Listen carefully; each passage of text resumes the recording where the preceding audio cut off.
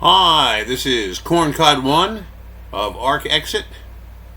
The title of my little presentation today is Fourth Generation Aspects of the War in Ukraine.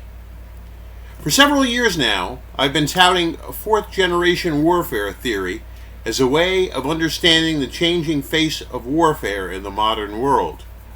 4GW is not my idea, but of various theorists of war like William S. Lind and Martin van Crewald and others.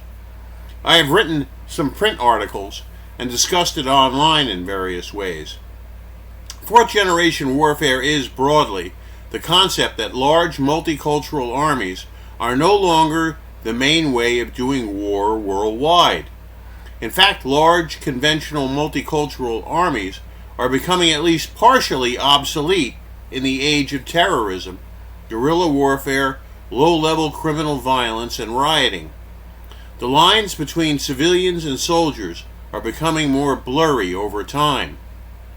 The U.S. failed efforts in Afghanistan and Iraq can be laid at the feet of the Pentagon being caught flat-footed and not understanding the new paradigm.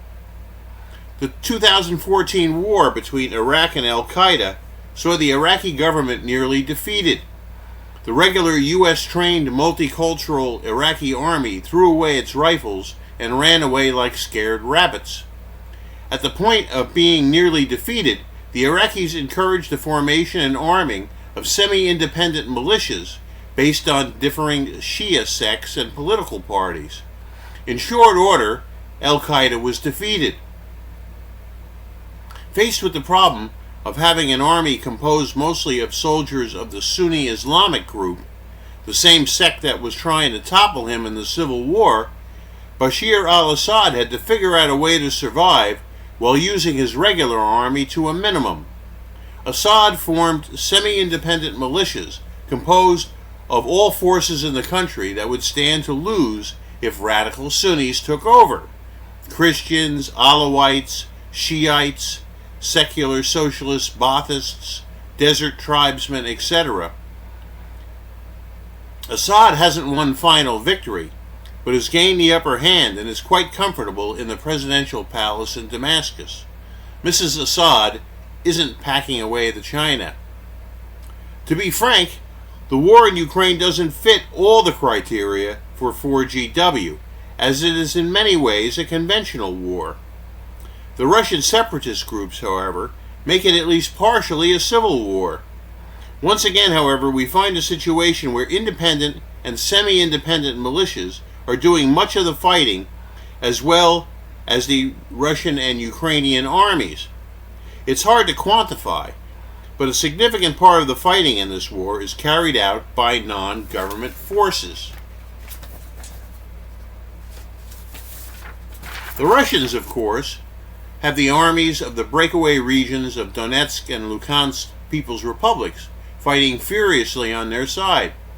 They also have very large groups of Chechens who are fighting under the rubric of the Russian National Guard, but that is a mere legalism. The Chechens are some of the toughest soldiers on the planet. They have several thousand fighting now, and according to press reports, 12,000 on the way from Grozny. Another traditional warrior people, the Cossacks, have independent units in the field.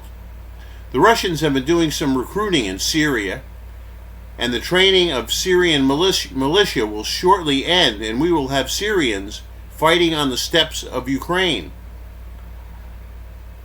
There is a private mercenary outfit called the Wagner Group, whose CEO has ties to Mr. Putin, and they're fighting in the Donbass region and said to be doing very well. The Wagner Group has a lot of ex-Russian Army Spetsnaz soldiers in its ranks. The Russian Air Force is hiring a lot of ex-military pilots to fly its combat aircraft, but they are not formal members of the Russian Air Force. The Ukrainian government is using militias and irregular formations as much as the Russians are. Most people know about the Azov Battalion, which is composed of Ukrainian National Socialists. It also appears now that every rich oligarch has his own fighting unit in the war. Mr. Kolomoisky, the man who owns Zelensky, has at least 3 battalions in the field. Some sources indicate that there are about 30 independent battalions fighting in the war that are not under the flag of the Ukrainian army.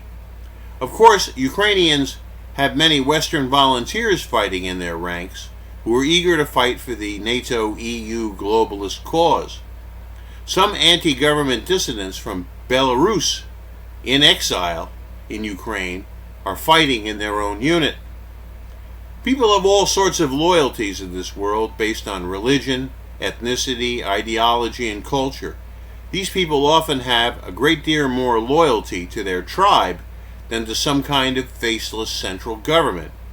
4GW is alive and well as a concept in the Russo-Ukrainian war. This is Corncod 1, signing off.